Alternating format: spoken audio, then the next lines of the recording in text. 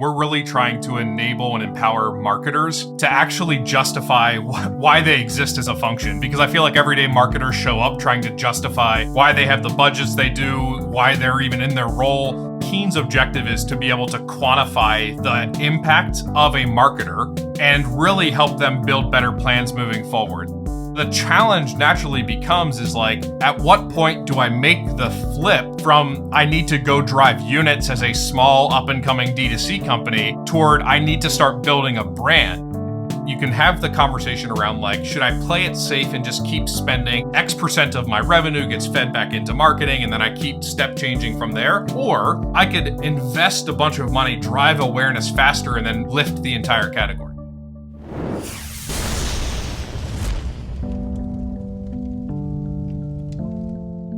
Bradley, welcome to the D2C Podcast. I gotta say, I interviewed your CEO, Greg, I don't know, just under a year ago now, and what we talked about really came to inform a lot of the conversations I had for the rest of 2024 and now into 2025, where brands are really trying to figure out the strategy, the formula for scale. Whereas in the early days of meta advertising, it felt like, everyone had this scale button you could just hit and you could scale to these great heights. And now we're finding diminishing returns. There's this sense that people are maybe overspending on the bottom part of their funnel. What really stuck with me with Greg was the mindset that Keen enables to allow advertisers to get more strategic about awareness and consideration building at the top of the funnel. And this is a theme that just comes up again and again. And we did a pre-interview yesterday, and this is your absolute bread and butter. So I'm really looking forward to this conversation. Yeah, first and foremost, appreciate the opportunity to have a conversation and look forward to diving in here a little bit. Just give me a little, like a 1,000-foot view of your career that's led you to be this nerdy about D2C and e-commerce growth. Yeah. So my career, I started in the foundation of an IBM seller, kind of thing, doing probabilistic forecasting for in the energy commodity trading sector. So like it was a completely different space and it was like, this is interesting. But the problem is I found that I'm a startup guy at heart. So then I joined a company at that point called Profitability. And it was like the sales guys sold this thing. We don't really know what it is. Amazon is this fast growing thing. We're not really sure what it is. And we've kind of built a solution around that, around the Amazon selling motion. So like anything as it relates to like sales and share data to digital shelf optimization, which at that point we were trying to figure out like, what do we call this? Is it like e-commerce? Is it digital shelf? Like, so we were at that stage where it's like, we're trying to develop terms that people now use as like standard language. And then it's like at the end of my time there, it was like omni-channel was becoming this like a word that people knew what that meant. And now it's it's all standard language. So just been in the CPG space and the startup software space for a couple of years now, in the e-com space, but now been at Keen for 4 years. And really, I'm just like naturally a nerd. So like I always tell people is like coming up in their career, like what are the big things that you look for? It's like curiosity and grit. Like those are my two things. And I don't know if it's just because like it's my bias being in the startup world, but like just be genuinely curious to learn as much as you possibly can. And I think it's helped fuel my career.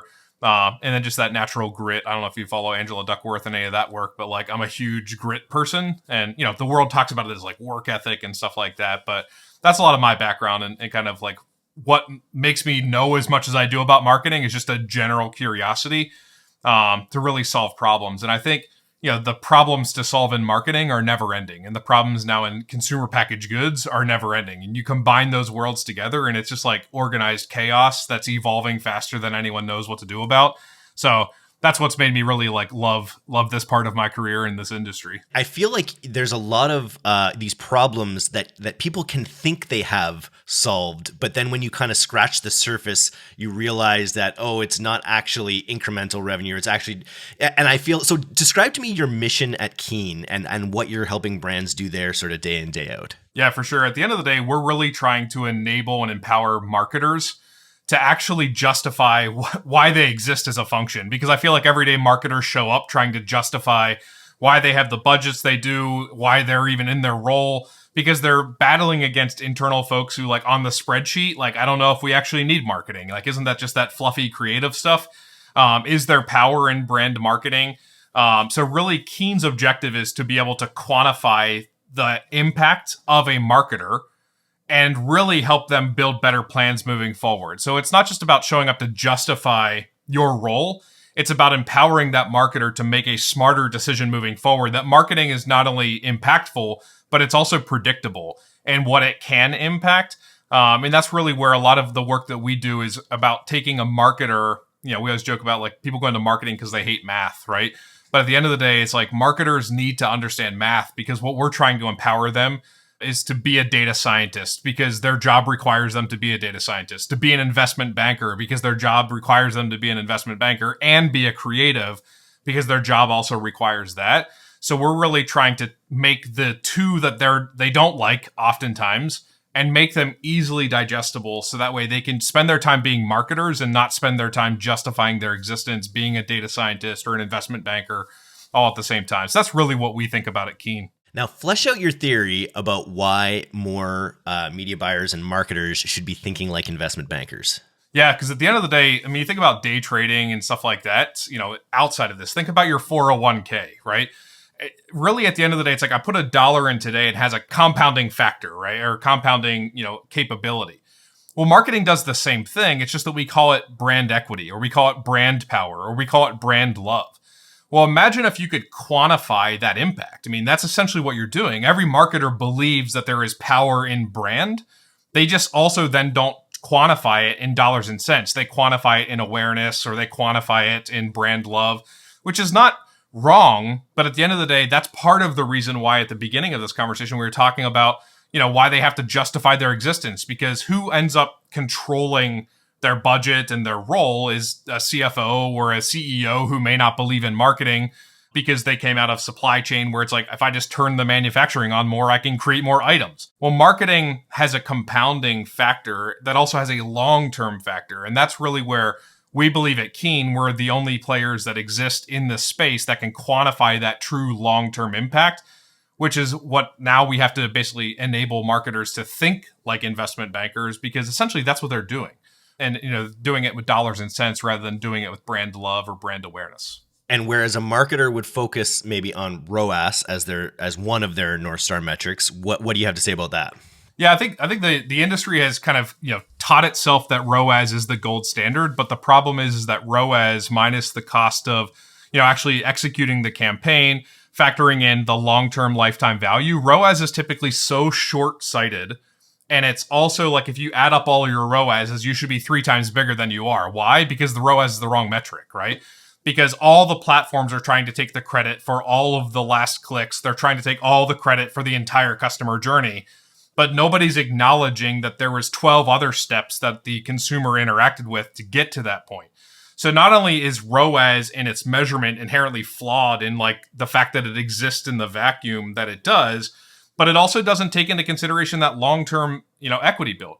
So at the end of the day, we believe in net present value, which is the true incremental profitability that is driven by marketing, where ROAS could be 14, but your NPV could be negative 1,000. So the problem there is all of a sudden the CFO is looking at all of your campaigns that you're reporting with these magical ROAS numbers. And the CFO's like, when I look at the balance sheet, you're losing money, right? Well, that's the translation that marketers have convinced themselves that they don't need to know. And that's where we're trying to, again, that's that investment banking mindset where it's like understanding net present value, which is the quantifiable impact of marketing long-term. So that's my love-hate relationship with ROAS at this point. Now, this podcast, we're going to be discussing some of the findings that you have in your latest insights report, which really kind of hits on a lot of the topics, like I say, we're talking on this podcast all the time about how brands should diversify channels, when brands should diversify, how brands can take bigger swings at the top part of the funnel. What were some of the biggest insights that you generated from this report that you're putting out? Yeah, so just to give a little bit of information, so we have about 350 brands that use our platform, and we manage about $7.5 billion. So we basically took all of this information and we looked over the last 3 years. So we looked at 2022, 23, and 24, and the historic actuals of how the brands reported that they spent and all of their performance. And then because Keen not only is a measurement platform, but we're a planning platform as well, we took all of the 2025 plans to look at spend allocation, both historic actuals and what people are executing right now and locking in for 2025.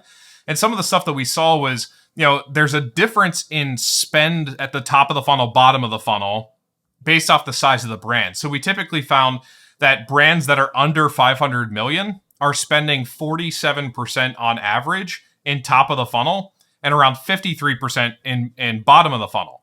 The challenge with that is that the Les Binet and like a bunch of other like thought leaders in the space, and even Keen's own analysis that we did with Ibotta, allowed us to show that the ideal mix for a brand is a 70-30 top to bottom of the funnel split. So the challenge, and we can see that in the data, when we look at brands that are 500 million to $1 billion plus, because we basically segmented into 5 revenue segments, we're finding that under 500 million, they're around 50-50, but the brands that are thriving and succeeding are closer to that 70-30 split. So the challenge naturally becomes is like, at what point do I make the flip from I need to go drive units as a small up-and-coming D2C company toward I need to start building a brand? And again, there's a whole other podcast here around like, well, isn't some of the stuff that we're doing at the bottom of the funnel building brand? It is, right? But how do we start to build that wider reach of that brand awareness? And how do we do that while balancing driving conversion at the bottom of the funnel? That's the ideal question, right? It's like, when do you make that flip? So that's some of the high level insights that we see is like, really looking at what is the right split of the funnel. Yeah. And I think a lot of brands listening to this podcast that are in that like 1 to 5 million, well below the, the $500 million mark, are probably a lot more like 80-20 bottom of funnel to top of funnel, I would imagine. Like, because so many of these brands came up in the environment where you've got this magic meta machine and your Google, where you're capturing intent a lot. You're not necessarily generating it. So what do you have to say to those brands that are maybe really feeling like they're saturating that bottom of funnel with the digital channels they have available to them? Yeah, eventually you're going to saturate those audiences, because the audience there, whether you shift it, and we see it all the time in the data, where we see brands who come in who are spending 80-20, and it's like, I've got 90% of my budget in Meta, or the other ones who are, I've got 90% of my budget in Google, or, or some combination of those two channels, which is great. The problem is it works for a certain period of time. And then you start to saturate that market. And in the recent last, 18 months or so, what's happened is that the cost pers have gone up inside of those channels, to the point where not only am I saturating the market, but it's more expensive for me to hit those same audiences. And then you come in from the other side financially, your margins have typically gotten worse because the cost to produce the goods has gone up. So you kind of combine those things together. And what's happening is we see a ton of D2C brands who are they're still driving units, but because the cost is higher and their margin is lower, it's like, guys, I talk to these brands all the time. And when I go through PE or VCs and stuff like that as well, the challenge is like, that's awesome, you're moving units, but like, you're not making any money. And at the end of the day, your job is to make money, right? And make profit. So the challenge is like, well, how do I make profit? It's like you build a base, and it's like, how do you build a base? It's like you build top of the funnel awareness, right? So again, it's like the story is repeated over and over again. And as I've kind of looked under the hood and, looked at the data, a lot of it is tied to the fact that like brands are executing, here's my Meta team, here's my Google team. Nobody's focused on driving profitability in the marketing there, because they're so focused on acquisition. They're not focused on building brand, which leads to profitability. That the challenge becomes is you're not even maximizing the interaction effects that happen between the channels. So it's like your siloed organization and the process that you built for when you were a less than $100 million company in pursuit of 500, like the process has to evolve. The people have to evolve. The way you buy has to evolve. And all these channels themselves have evolved. So you kind of have this like perfect storm of problems that are hammering the D2C world right now between that $100 and $500 million mark. And I imagine brands can get addicted. Like once you're kind of locked in on those diminishing returns, then, we just came off Q4, brands get addicted to discounting as well, right? Because when you have people in that bottom of the funnel, you've got a discount to kind of clear that funnel, but then that could have negative effects on your brand long-term as well, if you get perceived as this discount brand, essentially. For sure. And then you're training your consumers to only buy you when you're on promotion, because every 2 to 6 weeks you're on promotion, depending upon your cycle. So what ends up happening is like you become so focused on moving units because you're just trying to keep the lights on, that what ends up happening is like you kind of find yourself stuck there. And that's where like we've really seen that a lot over the last 2 years with our brands kind of post COVID, where it's like everybody in certain categories coming out of COVID was flying high and it's like, hey, things are great. And it's like, now it's like all of a sudden people are like, well, hang on a second here. The cost of capital is so expensive. Like my cost of acquisition is going up, and they kind of get stuck, sitting there and just kind of spinning. And now they're becoming cash cows where it's like, now I need to go find funding and the funding is too expensive. So that's why I was saying like, we're really in this like unique time. And what it comes down to is like, it's a behavior that you've built not only into how you execute, but like what your priority should be. At the end of the day, brands' priority should not be moving units. Brands' priority should be driving profit, right? And obviously they're very related. If you drive more units, that's great, but you have to drive more profitable units. And the execution on the marketing side, I think, is the big thing that we see that folks are just like not doing well at, because they're so focused on like, well, I've been telling this story to the board for so long that if I all of a sudden change my story, I'm not willing to put my neck out there and say, maybe I was wrong. Because there's this like defensive mechanism, right? Because again, going back to the first part of this conversation, I'm showing up to work every day to defend that I should even be here, that I should even have a budget. And now all of a sudden I'm going to go in and say, well, hang on a second, I wasn't executing with the right mix. So you have this like human element that's built into it as well. So again, it's like the industry's kind of created its own problem of kind of spinning its wheels based off of all of these things that I just went over. It's interesting. As an agency, this is something we've run into where we've sort of incentivized each of our department heads who run the Google team, the Meta team, the Amazon team. This is something we've fixed over the past year, but we ran into a problem where everyone was running in their own silos and not looking enough at the interaction effects. And I think our audience, that like a lot of people are basically doing omni-channel digital marketing. They're starting to think more about big swings top of funnel. But just in terms of building that foundation, talk a little bit about how you guys measure interaction effects and what brands should be thinking about between Meta and Google and Amazon, for instance. Yeah, for sure. So we operate on what's known as like a point of diminishing returns. So we're going to take all of the time series data and all the elasticities that we have as part of our IP, and then we're going to customize those elasticities based off of your own time series data. So what we're learning about your brand, so we're incorporating our knowledge estate with the brand's knowledge estate to create a custom prior. And then what we're doing is we're layering in all of your margin information and seasonality, weekly seasonality, things like that, to essentially create a response curve, which is essentially as I spend dollars, there is a return that comes back to me. But by layering in margin, what ends up happening is there is a point at which one incremental dollar produces 99 cents, right? So that's when you're past that point of diminishing return. So you're essentially investing to burn, right? So we see brands who are investing to burn where the marginal ROI or the ROI in the next incremental dollar, if you're a fast growing brand and you're willing to burn cash to get there, your marginal ROI should be 80 cents, meaning the last couple dollars you're investing are actually driving 80 cents because that investment is going to fuel the breakthrough or exit velocity that you desire. But what ends up happening is in that response curve, it is also shaped by the environment in which it's being executed. So it's not just Meta in a vacuum, where you see some of these providers out there, if you're using platform data, again, they're looking at the world as if it exists where Meta is the only platform where you're spending. Well, the problem becomes is if you don't add in interaction or synergies, as the industry is talking about, kind of like they use those words interchangeably, what ends up happening is that you optimize for the point of diminishing return as if Meta exists alone. So when Meta comes back to you and says, you could be spending $3 million with me, instead you're only spending $2 million, that's true, but I actually might be able to argue with interaction effect that you should actually be spending $6 million with Meta. Why?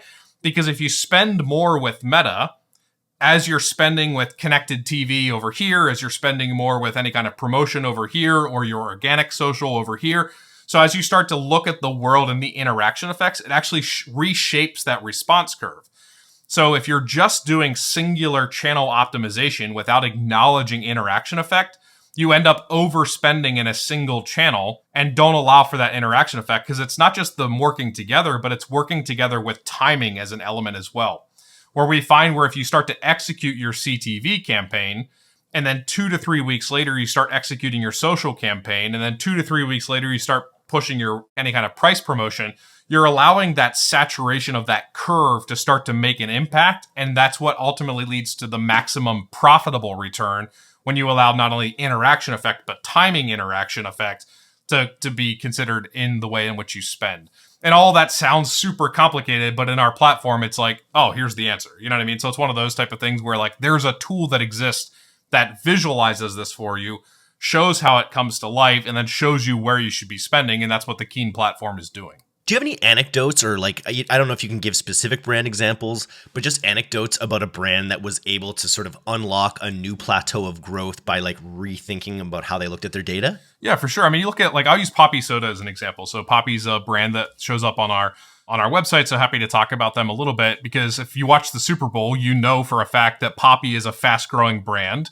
You know, they ended up spending in Super Bowl, and there was a lot of folks in the industry who wrote articles about this around like, well, they really went all out and invested into that. But part of the reason is like, you can have the conversation around like, should I play it safe and just keep spending as X% of my revenue gets fed back into marketing, and then I keep, step changing from there? Or I could invest a bunch of money, drive awareness faster, and then, lift the entire category. So the question then becomes is it the right time to make a huge investment and then step change our company rather than just that gradual change as the company gets bigger? So that's a great example of someone that we work with. There's a bunch of other examples out there of folks who have like invested in these tentpole events. We see it all the time with like Prime Day as an example, where I'm going to go all out on Prime Day. All of a sudden it spikes the brand. The problem that we generally find is that brands go all out in these tentpole events, and they don't think about the shoulder leading up to that event and the shoulder coming off of that event. So where brands fail is when they're like, I'm going all out on Prime Day. They push all their dollars onto that single day, and then it goes away. Where the most effective brands are looking at the weeks leading up to a tentpole event like Super Bowl, like Prime Day, like Christmas, right? And they're leaning up into that with their spend. That lifts the peak of performance on Prime Day, just to keep going with that example. And then if they have an effective follow-up strategy, it's not only going to step higher on the peak, but it's going to raise a new plateau. And that's where it's like being able to see that on a weekly basis is going to change the game. So now all of a sudden you play out those artificial, like pay-to-play tentpole events. And what we're seeing is that the brands who are capitalizing faster on viral events that are happening as well are using them as tentpole as well. So there's other brands that we work with where they'll have like some influencer that just goes crazy, with this viral post about their product. Well, it's not even a paid for thing. Like we see this all the time where it's like organically social. I think back to like the cranberry juice guy from a few years ago, right? Like the skateboard guy, right? They weren't planning for that, but what they did is they were able to pivot quickly, lean into that, and then capitalize on that to change the trajectory of their sales. Molson Coors did the same thing with a home run that hit the digital scoreboard at a game, and then all of a sudden they started producing product that had the black spot, when the home run basically knocked out that part of that scoreboard, right? So it's the ability for you to capitalize on these moments, whether they're pay to play like a Prime Day, or whether they're just a viral moment that is driven by an influencer who did something you had nothing to do with. When a lot of what we talk about as a performance marketer is shifting the focus from direct response to building awareness and brand awareness. And when I said this to you in the pre-interview, you cautioned a little bit on the overuse of the term awareness. Can you go in on that a little bit? Yeah, I think like I was mentioning earlier, like there is this over-reliance on ROAS in the performance marketing world. And in the brand marketing world, there is an over-reliance on brand awareness or brand love as the metric. Because I think people have convinced themselves that there is a causal relationship between driving awareness and driving revenue. And that's not true 100% of the time, right? It can be true, but it doesn't mean they're causally related. So I think being able to actually look at how many awareness points do I need to drive to actually drive revenue is an interesting question. But I actually recommend, we have a partnership with a company called Tracksuit. They do a phenomenal job at tracking awareness. They're really disrupting that space as well from the traditional big players who are, dramatically overpriced compared to what Tracksuit is doing for a better solution. Shout out to a partner at Tracksuit. But, being able to look at consideration, is interesting, right? Because consideration, those folks are more likely to buy your product, or folks who are buying like products to you. So it's kind of targeting the folks who are already in the category or the folks who are more likely to buy. It helps you win faster, because without it, what ends up happening is that brands go from this point where they're spending like 50-50 like we talked about, and they're spending 50-50 for so long, and then all of a sudden someone comes along and says, we need to start spending more in brand marketing. Then they get this huge investment, and then the CEO says, all right, you turned on the TV in August, and I didn't see a spike. So therefore, TV doesn't work for a brand like ours. And it's like, that's not true. That's not how TV works. And two, what ends up happening is like, well, then if the objective is like, well, let's go spend in TV, let's watch awareness spike. And then in December, they're like, how come I don't see more sales from that? Again, because it's like, you might have targeted the wrong people, right? Like you're hitting all this wide awareness, but it doesn't mean they're going to convert. So unless you're willing to inject cash for the sake of like disrupting a category, using the Poppy example or Athletic Brewing, who's trying to disrupt and build a new category, you have to accept that some of those dollars are to invest into building the new category. They may not convert in the short term, right? But if you're over-reliant as an established brand, so if you're a $400 million brand as an example, you want to gradually start to spend more toward awareness and toward that top of the funnel, but you don't want to just go straight from performance marketing to awareness because you've skipped all the steps in the middle. So if you're so performance focused, go to consideration. That's the next step up. Take your journey toward the top rather than just like, I've got the performance thing. Now I'm just going to inject this money at the top. I forgot the whole middle part of that funnel. I was just on LinkedIn yesterday and I saw a friend of mine, Rob Frazier, who runs Outweigh Socks. He was just debuting a new one of his, an ad that he was producing. I think it's one of his first stabs he's taken at a really like cinematic, branded, story-driven, like high production video creative.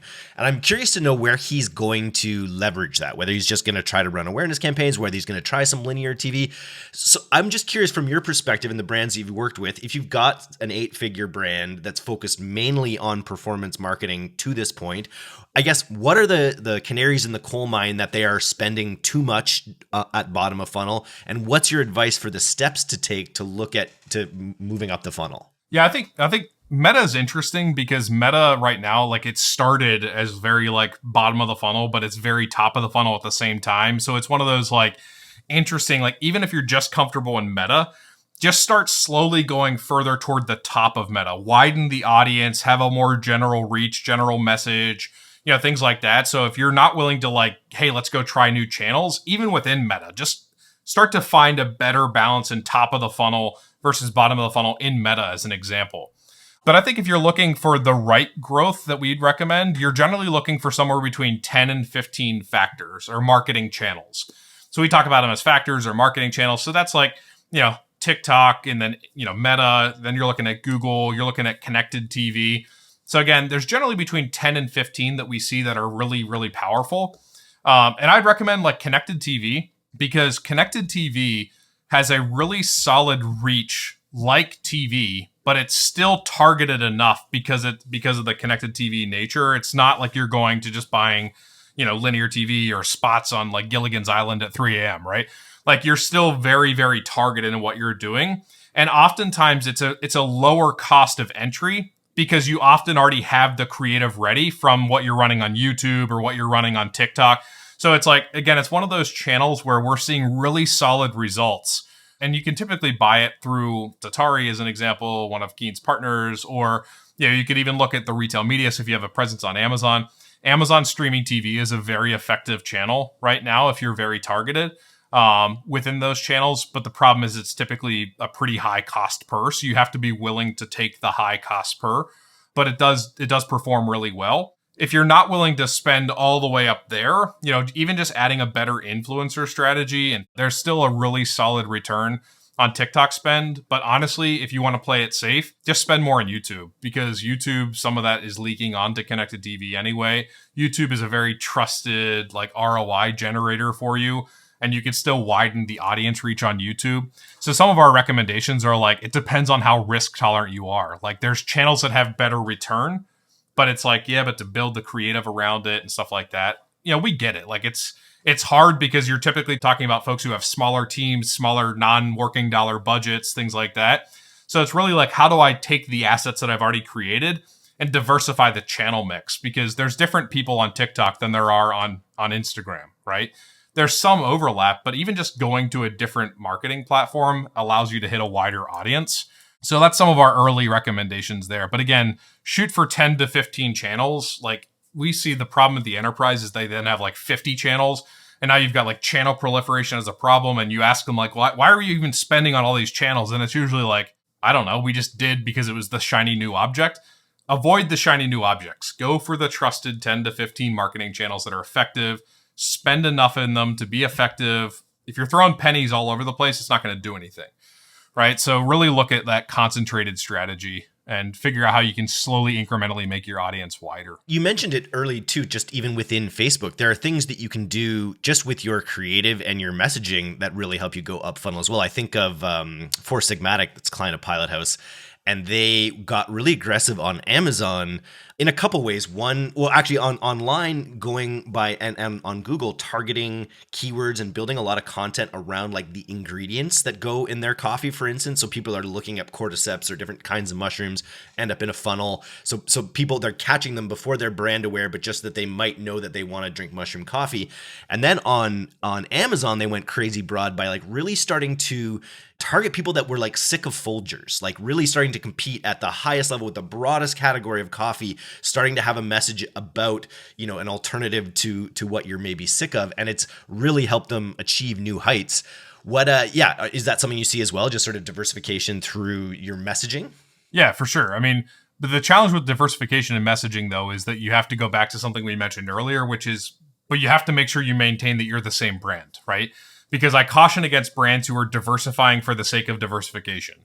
Brands who are diversifying for the sake of reaching a wider audience and a more targeted strategy, that will work. But if you're just spraying and praying, it's going to cost you dollars that may or may not work, right? Again, it goes back to that causal relationship type of thing. If I'm just spraying and praying, I'm going to go to Amazon and I'm going to start retargeting against Folgers. That's great. But like, what's the creative that's going to convert a Folgers drinker who may not be your target if it's Gen Z, because Gen Z is probably not drinking Folgers, right?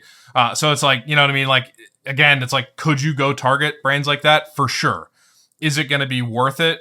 When your budgets are scrutinized the way that they are, and you have to be very mindful, again, coming up with that right strategy is like, you might be right, but let's be educated rather than just spraying and praying. I mean, because we see that now where it's like everybody's like, I've got to be on TikTok Shop. Like that's the latest thing right now is everybody like all of a sudden is like TikTok Shop. Like I got to be there. Like it is producing magic. It is for some people. For other people, it's not, because the cost to set it up and maintain it and all that, it's not worth it at this stage for where they are, because they're kind of like half doing it, right? So that's where it's like I always caution brands to just like, you know, figure out what's the right strategy and execute against it rather than get distracted by the shiny objects. I don't know why. I think I brought this up with Greg too, but I think of this trip I took in Cambodia one time where we got a cab driver to drive us from Thailand, Bangkok to Cambodia.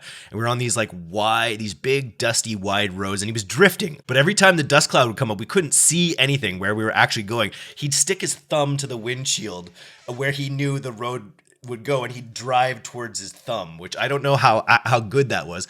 But this metaphor is about how can brands who are diversifying into these channels not hit the panic button? Because I think that probably happens a lot where you've got these channels that do require some build up. They require maybe a maturity on your investment. How does Keen help people stick their thumb on the windshield and drive towards it and not hit the panic button? Yeah, I was going to say before you finish that question, like the answer is like you use a platform like Keen. Like I know it sounds sleazy, but at the end of the day, like that's the whole reason we exist, right? Is because we've built our elasticity engine, which is our priors that we're using in the database, based off of the billions of dollars that runs through our system every day. So it updates in real time. So the reality is I've already seen every one of those roads 100 times. So the reality is like a tool like ours, I will tell you within 80 to 90% likelihood what that road looks like ahead of you, because I've already driven it so many times, right?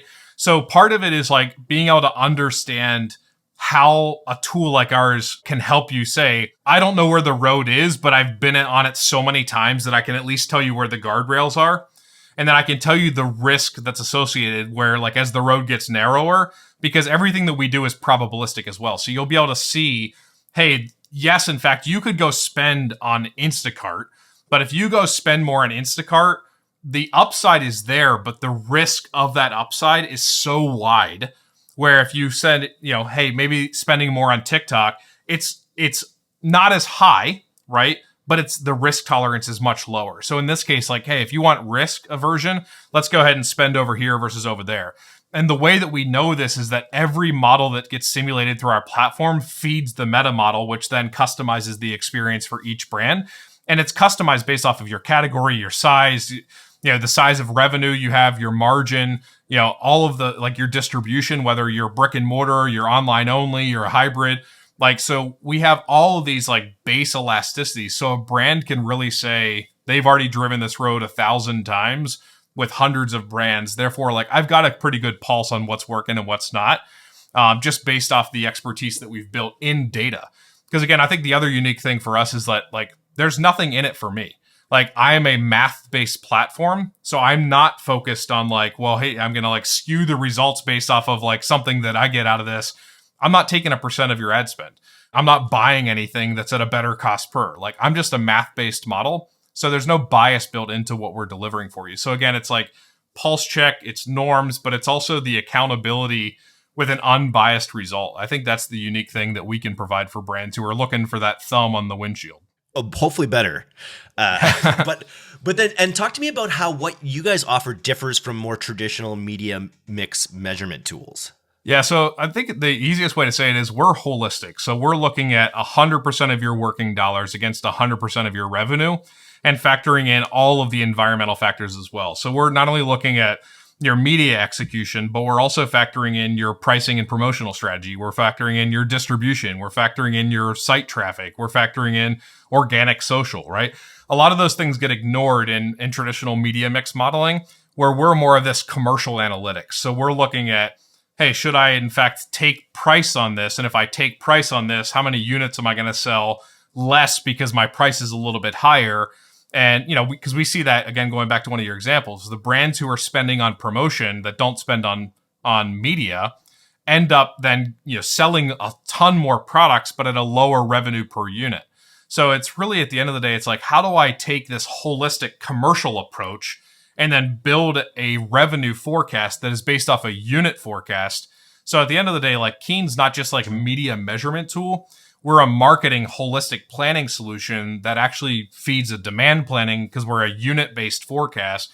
So again, it's like, I'm typically working with, CMO, CFO, COO, looking at production because of how holistic we are, where traditional MMM is very much focused just on the media buyers or the media planners and things like that. And are you seeing big interaction effects between, I think of my friend runs Canpai of freeze-dried candy business, he's an expert at building up organic YouTube communities, and he's finding a huge interaction effect between, being able to sell into stores, sell through at stores, and his sort of like top of funnel YouTube presence.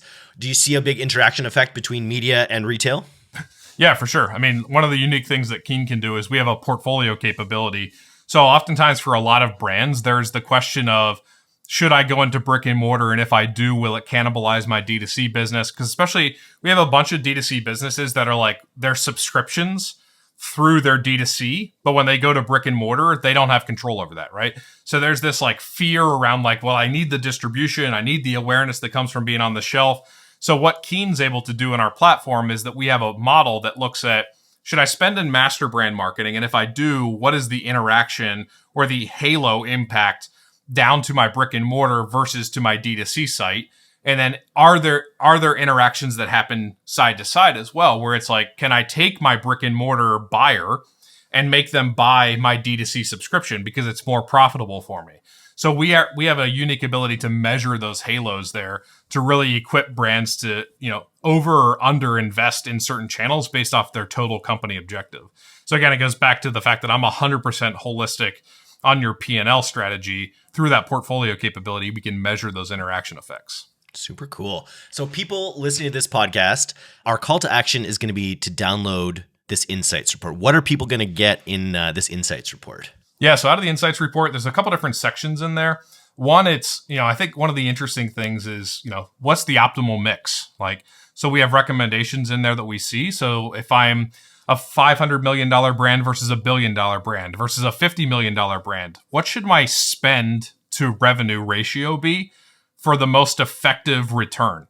And then inside of that, you're going to get into like, well, what is the right balance of spend between search versus streaming TV versus display versus influencer? So you're going to be able to see what is the right channel mix. And all of this is based off of who we see are the best performers coming out of Keen's meta analysis of those hundreds of brands that I mentioned. You're also then going to be able to start to double click into things like, Meta as an example. So like, it's a huge question right now of like, should I be spending more in Meta? And it's like, well, actually, TikTok's actually surpassing them on a bunch of key metrics. So like, if that's your objective, maybe TikTok's a better channel. So it's not just like the high level, but it's also down to that right mix. And then, what is the interaction effect and how does it actually start to impact, your brand? And ultimately, what it's going to lead you to is, let me run a free trial of Keen's platform and see what the right mix should be for me. Like, because there's a misunderstanding in the market that marketing mix modeling, like I need to spend a certain amount. I need to be so big. It's going to cost me $300,000 for a PowerPoint deck. None of those things are true. So I'd encourage you to read the insights and then, capitalize on our free trial and get some high level insights of like, what's the right spend amount. So again, free trial comes from the insights report. And then from it, our subscription models, our pricing's on our website, right? You're going to see that there's an option to enter at $35,000 a year for unlimited model updates. So again, all the things that you're thinking about when it comes to marketing mix modeling, you can throw them out and start with that insights report because it has some really good best practices that are good screen grabs to put in your next PowerPoint deck to your leadership team. I bet there are a lot of brands listening here are wondering whether they are overspending on these direct marketing channels, and they're all looking for ways to kind of move up funnel. So I think this probably couldn't come at a better time. Curious, do you think this is just neither here nor there? This whole TikTok thing is so interesting to me, and part of me is just wondering now whether we'll look back on this a year or in a couple months, and we'll just be like, this was actually just a giant campaign for TikTok. Could you this is the biggest earned media campaigns probably since Donald Trump did it 6 months ago. Yeah, I think it's interesting. And the reason I think it's interesting is because if you look at, again, we're coming, for those listening at a later time, we're coming the day after inauguration, where you have the tech CEOs of all the social platforms who own all of the data for every movement of any person in America and arguably half of the world, right? If not more, sitting there. And then in the Oval Office, he's talking about TikTok and how, America is going to own 50% of TikTok if they want the investment to continue and they want to be able to continue playing in the US market right now. Like, it's so interesting because if it's just TikTok, what's going to stop the US government from going and taking a 50% share of Apple or Meta or any of the other, players who were sitting at his inauguration speech, right?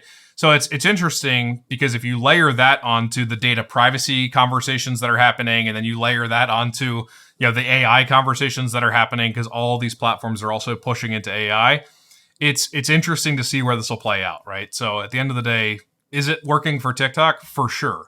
Will they exist a year from now? Is this just a big play? I don't know, because of the fact that why was Zuckerberg and Cook and why were all those guys at the inauguration too? Like, it feels like there's something brewing here as it relates to data and privacy and ad dollar. Like, it's interesting, right? Especially when you layer in the commerce strategy. So again, it's like the wild, wild west right now as it regards to the data as the new gold, right? So how do we think about data and what we can do with it? And do we really want the government playing with all that data? Is a whole other conversation for tinfoil hat conversations, I guess. When I start my meta political podcast, I'm going to put you on my list of guests so we can discuss that in more depth. You mentioned it in the last thing you said, just about how maybe TikTok's outpacing Meta. And I think about the way I use and the way the people that I know, they're using TikTok a lot more. TikTok is more of like a TV or movie competitor in a lot of ways with the amount of time people spend on it. But even a Google competitor, because Gen Z and younger. Oh, I search on it all the time for restaurant reviews. They use it for search more than they do Google, right? It's no different than you've got boomers and Gen X who start on Google. You've got millennials who are starting on Amazon a lot of times for certain types of things, right? But you have this Gen Z and Gen Alpha actually starting on TikTok, which is interesting, right? And then it's but the question there that's leading to these projections for this year is what about social commerce? And it's well, if they're doing that on TikTok, what did they do? Because Meta's been talking about social commerce for years, right? Why didn't it take off? Why isn't it working the way TikTok is taking off? at the same level, especially with this buzz around, or is it just the shiny new toy, right? So again, everybody's flocked to TikTok Shop because of that. But again, it just leads to like, is it the experience that's led the adoption? Like why hasn't Meta figured out how to crack this?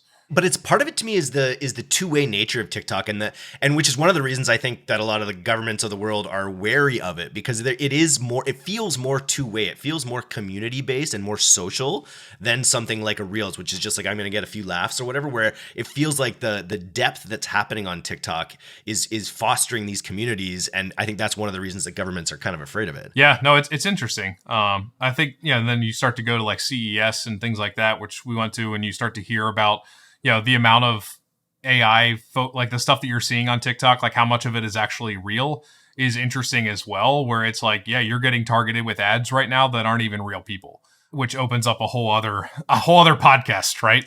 Of like, where's the boundary here at this point? So what's the role of the influencer? Is it a real person or is it an AI-based influence? Like all these things are kind of on the table right now, and it's interesting.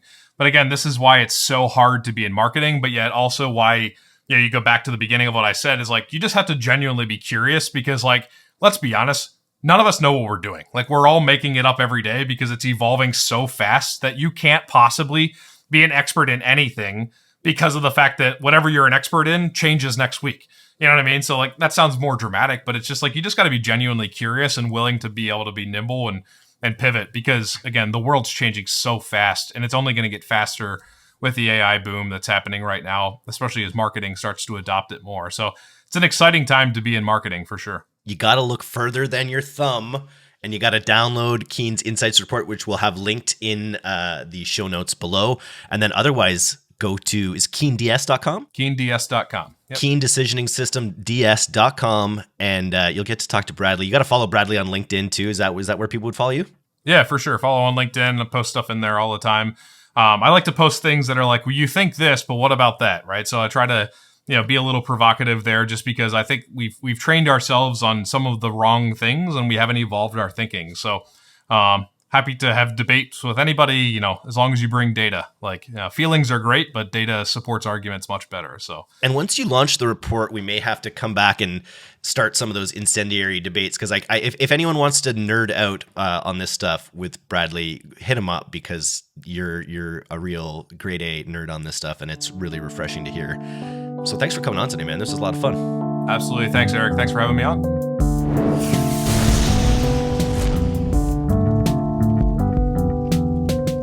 Thanks so much for listening to today's episode. If you're not a subscriber to our newsletter, you can do that right now at directtoconsumer.co. I'm Eric Dick, and this has been the D2C Podcast. We'll see you next time.